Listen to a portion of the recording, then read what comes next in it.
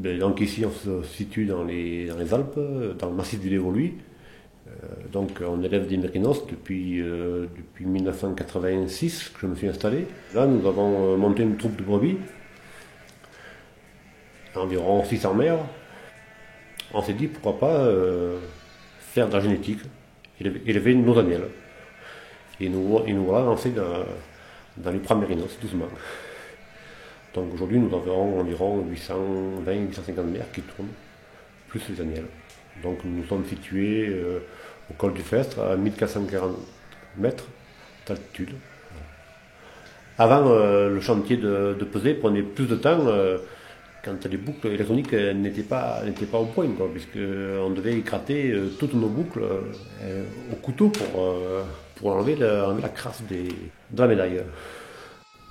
Donc, je m'appelle Isabelle Lagier, je suis au contrôle de performance depuis 4 ans sur le département des Hautes-Alpes. Donc l'arrivée des boucles électroniques sur les exploitations a été pour nous bénéfique.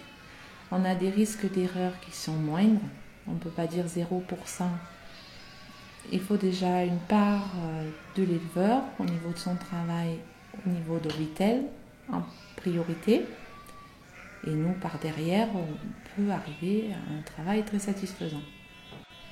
Alors, avant l'arrivée des boucles électroniques, sur le chantier, les erreurs étaient très souvent. Le temps qu'on écoute le numéro, qu'on le note, ça faisait plusieurs bouches à oreille. Et justement, avec les boucles électroniques, c'est tout sur l'informatique, donc plus facile. Le déroulement du chantier avant l'arrivée des boucles électroniques, c'était noter les numéros sur un papier qui était déjà préinscrit. Maintenant, avec l'arrivée des boucles électroniques, c'est tout enregistré dans l'option par l'informatique.